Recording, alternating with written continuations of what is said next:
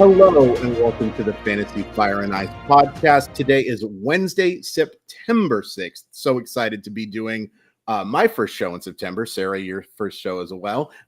Sarah, thanks so much for joining us. I'm joined by, should have just said, hey, my buddy Sara Sanchez is here, but I went the long way about it. Sarah, how's it going today? It's going pretty great. I was at Wrigley Field last night sitting in the left field bleachers watching the Cubs come back to beat the Giants. And Christopher Morel had a bat flip for the ages. If you know anything about me, you know that I am here for all Christopher Morel bat flips. If you haven't seen it yet, there's like a point of view where the bat like enters the screen, which is probably my favorite angle. Beautiful. I'm excited. We were talking backstage before the show. I'm excited to go look for that. Unfortunately, my Seattle Mariners had a real rough one against the Cincinnati Reds. Let's just not talk about it. Well, I'll tell my therapist about it in a couple of days. We're going to be giving you some lineup stacks, some pitchers to use. But first, let's take a quick look. And luckily, another day where we're not going to have any weather stuff. And this has been kind of lucky, Sarah. We have had some real fortunate weather. Like a lot of times in these September games, we're talking about rescheduling doubleheaders, worrying about guys being out of the lineup. But fortunately enough, there's not going to be any issues in that regard. It looks like today, you never know, but always pay close attention, but it's nice to see. Can't say the same thing about the injury front, unfortunately. And it looks like Shohei Ohtani is going to avoid a stint on the injured list for now, according to Angels manager Phil Nevin. But it does sound like they're going to be taking things very precautious. And I'll just ask you, Sarah, knowing that, you know, he's going to be in the starting lineups in games. As long as he's on the roster, excuse me. But there's some risk about some short stints here, and he can be a pretty pricey player to play. How worried are you about using Shohei Ohtani for the rest of the season? The problem is exactly what you said in the lead up there. It's not that you're worried about Shohei Ohtani. He's still on fire. Since we had news of the injury, he's slashing 306, 490, 583. That's an excellent slash line. You would take it 10 times out of 10. The problem is the price. It's who you're not getting because you're putting Ohtani in your lineup. And the real question isn't his production in terms of hitting. It isn't his production in terms of steals. He's stolen 3 bases in the last 10 games. But the problem is the power really hasn't been there since this latest injury news came up. And now we have the oblique news on top of that. I just worry that you're paying a lot of draft costs and not getting as much of a return as you would have earlier in the season. Yeah, that's exactly what it is. And because of the price, because of the fact limited to first base, or in some leagues a utility spot, in some leagues you might be lucky enough to play him in the outfield, you really need that guy to produce. And because of the fact that there is just so much, I don't know if the risk outweighs the reward. And that's weird to say about the absolute MVP of MVPs. As long as you play in a league where Shohei Ohtani is 2 people, it's where you play in a league where Shohei Ohtani is 1 person, he is the easy fantasy MVP, but it's just going to be such a risky play. I'll take the risk sometimes if he's facing off against a right-hander who's got mediocre stuff and Shohei Ohtani's hitting second in the lineup. Sure, I'll take my chances with that. But you do have to be cognizant. You do have to be prepared to take some bitter with the better. That's a big disappointment considering just how good he was for most, or the overwhelming majority of the 2023 season. Some real quick injury stuff just to keep an eye on. Brandon Belt has missed the last couple of games with a stomach virus. He, of course, is day-to-day. Hunter Renfroe. Now, Renfroe was scratched from the lineup with a hamstring issue. Did get into the game yesterday against the Mariners, who I can't believe I have to talk about that game when I just said I wasn't going to talk about it, Sarah. But we do have to bring up that he was able to get in, but was immediately pinch ran for. Renfroe going up against Logan Gilbert probably isn't a great lineup spot for him anyway, if he was to be put in the lineup. But if you are considering him, be cognizant that there is a chance that he won't be in the lineup today. Actually, I think a pretty good one, especially in a getaway game. Lane Thomas currently dealing with a back issue. Thomas has been really good for those Washington Nationals, one of the bright spots. Got to keep an eye on that. With the Nationals nowhere close to playoff contention, there's a very good chance he's going to sit. And then finally, just wanted to mention something Sarah brought up. Patrick Bailey, he left yesterday's game with lightheadedness from a play at the plate. Probably good chance that Bailey won't be playing in that game. Yeah, Sarah. I don't think so. And the thing that was notable about this is Bailey had already come into the game for Blake Sable. So this is like in the 8th inning, Bailey gets pinch hit for. They don't have an extra catcher. I was keeping score in the bleachers, kind of like running through the roster, trying to figure out who the backup catcher was. So I'd be stunned if Patrick Bailey started today after getting pulled for what I imagine are concussion symptoms that happened after a real tight play at the plate with Jeimer Candelario. And so hope he gets well soon, but I'd keep an eye on Patrick Bailey in the Giants lineup today. Yeah, absolutely. And with 28-man rosters, there could be a chance that could be a concussion list injury type of situation. So definitely want to pay close attention there. Sarah, I know you said that you're not going to Wrigley. You might want to get there with a glove. Like hey, you see it in hockey all the time. You see the emergency goalie come in. Why not have an emergency catcher? In fact, I've talked to you about this before. There absolutely should be emergency catchers in baseball, shouldn't there? Oh, there absolutely should. I mean, I think that with roster expansion, you'll see more teams just pull up a third guy. You've seen that already with the Nationals this year. They've got a third catcher on the roster who I don't think had played as of last week. He might have gotten in this week, but he's really there for the same type of reason, right? Keibert Ruiz has had some concussion issues. Right. They want to make sure that they've got a backup to the backup if they need one. Speaking of that, real quick, before we get into the lineup stuff, what do you think about expanding to just 28 now? Now, personally, I'm glad it's not 40 anymore. I think 28 is too short. I would like to see it something like 32, 33, something along those lines. Where do you side on that? I just want them to limit the number of pitchers. I like it for the pitcher limitations, and I like the fact that you can only bring up one pitcher because we all know that the Giants and the Rays and a bunch of other teams, they would just call up a bunch of new relievers, right, and just stack the bullpen. I do think it's great for those hitting opportunities. I honestly think for the good of the game, it truly depends on the manager. One of the things that's kind of bugging a lot of Cubs fans at the moment, Alexander Canario got the call up a week ago and hasn't sniffed playing time. What are you even doing? He was one of the hottest hitters in AAA. Yeah. You're telling me he can't take an at bat from Patrick Wisdom or Mike Tauchman, and that bothers me. It's like he's just here to sit on the bench at this point in time. I'm not really sure what's going on there. So I do think that expanding the rosters a little bit more can provide the manager with some flexibility, but you have to have a manager who's willing to use it. And some of these managers aren't willing to. Yeah. And I think that's fair. And the other thing that kind of bugs me about this roster stuff, unfortunately, is I think it's an excuse for service time manipulation. I think it is a reason why to keep guys like Pete Crow Armstrong and Jordan Lawler and those guys down. I do think there's a chance that we will see both of those guys, by the way, and we'll talk about them a lot when they do get that call up. I think that they are both extremely fantasy relevant, but I would prefer to see a few more hitters. I just think it's fun, especially for teams that are out of it. It gives fans a chance to see a little bit of the future. We talked about like the Yankees calling up all these guys. Sure, it is basically like a promo video for them. Like it's like hey, things are bad now, but they could be pretty good pretty soon. We've got Jason Dominguez and we've got Everson Ferreira. In that regard, it gets a little cheesy, but I'd prefer to see that than to see just the humdrums, the same veterans going out there and losing 6-4 every night. So yeah, I'll be curious to see how that's addressed in the next MLBPA. But let's talk about Wednesday and let's talk about some stacks to play.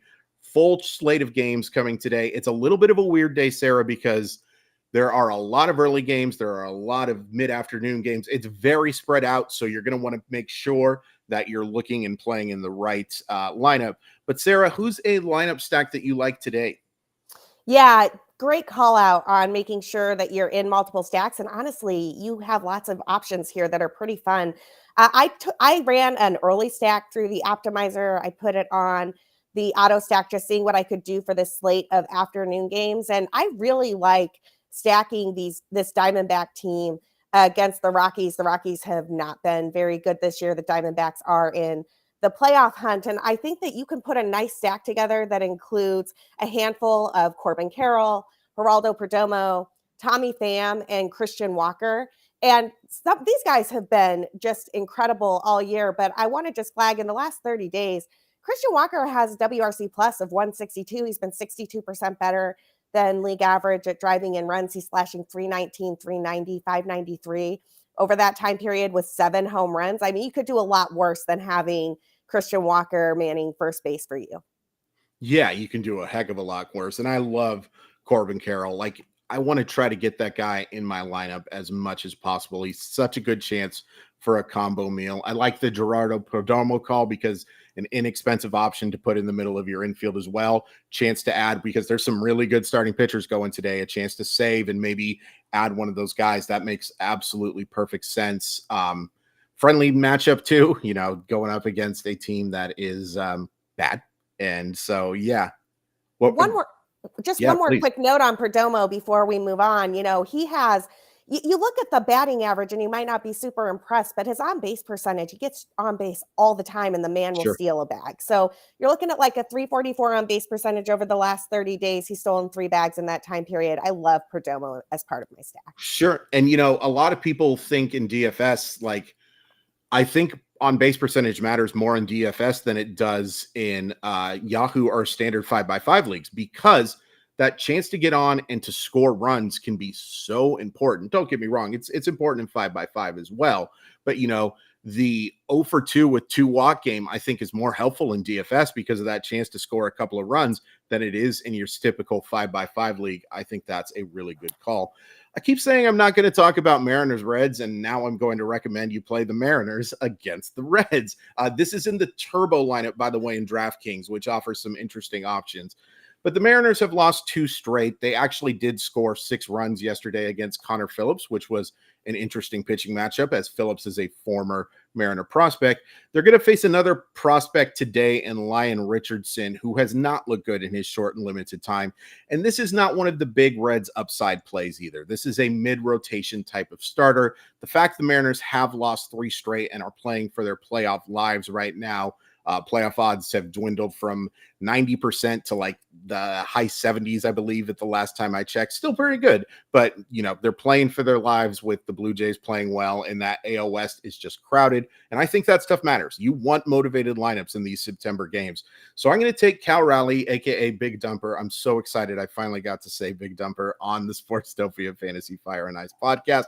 And then I'm going to take the whole Mariner outfield. I'm going to take Julio Rodriguez, Teoscar Hernandez, who have just been scorching hot with the bat. Julio with one of the best Augusts, if not for Mookie Betts, would be talking about the best August. What Mookie Betts did, by the way, in August is just indescribably good. One of the most impressive things I've ever seen. But Julio was awfully darn good as well. And then I'll also take a Dominic Canzone, who is a very fun name to say, but also that left-handed power in Great American Small Park, as coined by Jeff Erickson. But I'm still going to give Sarah credit for it because she was the first person that I ever heard say it.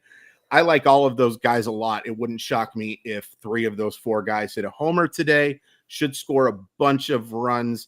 And, you see the jersey behind me. I'm rooting for it too. I want to see that Seattle Mariner team continue to score a bunch of runs, but going more with my head and my heart here, I think the Mariners are an excellent play in fantasy today. I love that call. And can I just say, you mentioned how hot Julio Rodriguez has been, and absolutely, totally agree. Have him on a couple of season-long teams. But the guy that I'm looking at here, who I really love in this stack, is Teoscar Hernandez. He's been on fire for the last week and change. And if you go back to the 28th of August, he's slashing 355, 382, 677 during that time period. He's just been scorching hot. And he was due for it. Like, let's just be honest here. And Teoscar Hernandez can be frustrating because his approach at the plate is no thank you, if we're just being honest. Like, he swings at a lot of pitches outside of the strike zone. But there's very few hitters who make more hard contact than Teoscar Hernandez. And he's was absolutely due for a run like this. He is a big reason why the Mariners went on. Obviously, Julio got all the accolades, and deservedly so, because of his defense and his speed and all of that good stuff, on top of the offensive fireworks. By the way, he's homered 3 times in the last 2 games. You love that. And the favorable fantasy park as well. But Teoscar Hernandez has been a big part of the Mariners' success. Sarah, who else are you looking to stack today? Yeah, I mean, and I'm not trying to pick on the St. Louis Cardinals here, but things have been rough for the St. Louis Cardinals. They're starting Dakota Hudson today against the Braves. This is in the main or the night stack. And honestly, like, you've got to love what you can do with the Braves lineup. I have been stacking the Braves all season. It is not the contrary play, but frankly, sometimes you got to add a little bit of what the contrary play is with a little bit of what the standard play is. And so I think you take maybe a more contrarian lineup from the optimizer, but you mix in a handful of these Braves guys, you've got yourself a winning stack. Sean Murphy, Ozzie Albies, Eddie Rosario, and Austin Riley have all been super hot lately, and I think they are going to mash against Dakota Hudson. It's such a favorable matchup. Like, you just look at what that Atlanta lineup has done, and you look at what Dakota Hudson offers. And look, Dakota Hudson is a pretty nice real life pitcher because of his ability to keep you in games and get some ground balls, but he doesn't have the stuff to compete with that type of lineup. Very few starters do, if we're just being honest. That Atlanta lineup is just, it somehow seems like it's almost been underrated how good that team has been. Real quick, Betts or Acuna, who's your MVP? Oh, that's a really tough question. I'm going with Ronald Acuna Jr. And I know that the trendy answer right now is Mookie Betts, and I am truly impressed with what Betts is doing. I love the defense. It's unbelievable that he can come in and play second base and even spell them a little bit at shortstop with what he does in the outfield and at the plate. He's an incredible athlete. But when I look at what Ronald Acuna is doing this year, I think we lose sight sometimes of how rare it is for anyone to do something for the first time ever in Major League Baseball. And that man has the only 30-60 season in baseball history, and he's tacking on. Like, it's crazy. Insane. It's insane. And like, you just watch what he did. I think it may have been a motivating factor that the odds were starting to favor into Betts. And if you go to different betting sites, you see different things.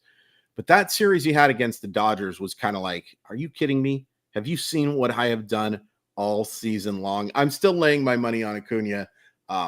Don't blame people who bet on Betts early on, for being excited about it, because he's definitely put himself in the race. It's definitely a two-person race now. All due respect to Freddie Freeman, who's having a fantastic year as well. But this is going to be a fascinating one. It's definitely going to make things interesting. American League race is over. National League race, not so much. All right, let's talk about some starting pitchers, and I'll go with Matt Manning. I have been really impressed with what I have seen from Matt Manning over his last couple of outings. And in fact, really just the month of August, a 2.80 ERA, not a lot of strikeouts, with only 19 strikeouts in 35 and 1/3 innings, but he only walked 7 guys in that. And he is so good at limiting self-inflicted damage. And take a look at what he's done over his last farts. Wow, Chris Crawford. That is we will have that on the blooper reel for Sportstopia for a long time. Against Boston, 5 1/3 innings, 0 earned runs. Against Cleveland, 6 innings of 1-run baseball. Against Houston, 6 1/3 innings of 0 earned runs. And he's coming off 6 shutout innings against the New York Yankees. Look, the Yankees are fun right now to watch just because they've got so much young talent in the lineup. But there's a lot of volatility and a lot of ability, or a lot of opportunity, I think, for mid-rotation arms to look better than they are. And that's what I think Matt Manning is. I think he is a mid-rotation starter. But I'm going with Matt Manning, and I'm just going to tell my mom not to listen to this one because I said farts. I like the Manning call. He showed up on a lot of my stacks as I was playing around with the optimizer, and that's a cheap option that you can go to for starting pitcher on a day where all of the aces seem to be pitching, right? So like, you could max out your prices at starting pitcher, and then you have to put some of these pieces like an Eddie Rosario or a Dominic Canzone in, because those are the guys that are going to be able, that you're going to be able to afford if you have maxed out on, say, a Verlander or a Strider. But if you want to go the cheaper route at pitcher and you want to be able to roster like an Acuna or a Corbin Carroll, Matt Manning's a great option. And I love your take on the volatility with the Yankees right now. Yeah, they're fun. Could Jason Dominguez go off? Absolutely. And also, they have not been very consistent as of late. Very, very good point. Who are you using as your number one option? I'm just looking at your show sheets.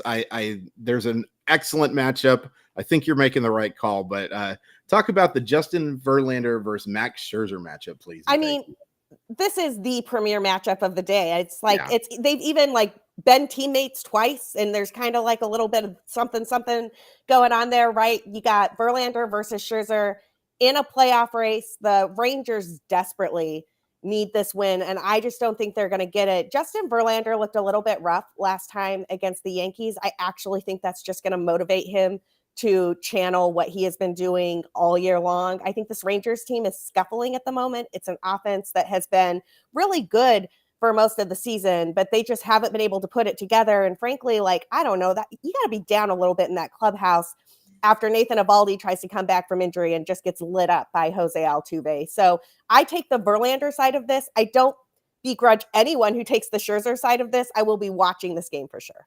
Oh, me too. I'm very excited for it. By the way, a very fun stat that I saw somebody post. Jose Altuve had 3 home runs before the Rangers 7, 8, and 9 hitters came to the plate. That's bonkers. That is absolutely insane. Reminds me a long time ago of Brett Boone and Mike Cameron homering back-to-back in the first inning in 2002, which just shows you that I'm old and I will find a way to talk about Mariners at any opportunity. I haven't fact-checked this one yet, but a friend of mine who's doing a main event qualifier last night was texting me while I was at the game at Wrigley, and he mentioned that Jose Altuve had like 5 home runs in his last 6 at-bats at that moment in time. And I was just like, that is the most unbelievable thing that I have heard this side of Jose Altuve being over 30. We stand a short king. I'm going to go with Lance Lynn, who has not pitched actually very well in his last couple of starts and was really bad against Atlanta. 4 1/3 innings, gave up 7 runs. And the start against Boston wasn't that great either. 6 innings of 3-run baseball. But I really like this matchup for Lynn. And I really like, even with 2 mediocre and 1 far worse than mediocre start, I really like what I have seen from Lance Lynn over these last few outings. The Dodgers are really good at these type of things, at making the adjustments and getting these guys better. There was a time when the White Sox were good at that. That time is not now, Sarah. I think you know that there have been some issues in that side of Chicago. Miami lineup is very susceptible right now. It's not the worst, but it's far from the best. Give me Lance Lynn. Give me 6 innings of 2-run baseball with about 7 or 8 strikeouts, and I'll feel pretty confident. Yeah, I like the Lance Lynn call. I think that he's been really good. And the Marlins have been scuffling a bit. So I think that that's a great call.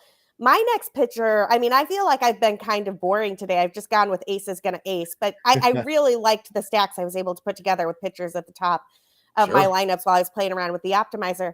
Spencer Strider versus the Devil Birds is got to be just the mismatch of the century right now. Spencer Strider has been amazing, and the Cardinals have really been scuffling quite a bit. So I feel like that I want both sides of this matchup. I want the Braves offense and I want Strider on the mound. And I've been spending a lot of time looking at the Cy Young race lately, looking at Justin Steele's chances. And truth be told, I am a huge Cubs fan. I would love nothing more than Justin Steele to win the Cy Young. And I think he's a pretty good bet with the odds where they are right now. But my money's on Spencer Strider. I think that Spencer Strider has done everything that Justin Steele has done this year with about 50% more strikeouts.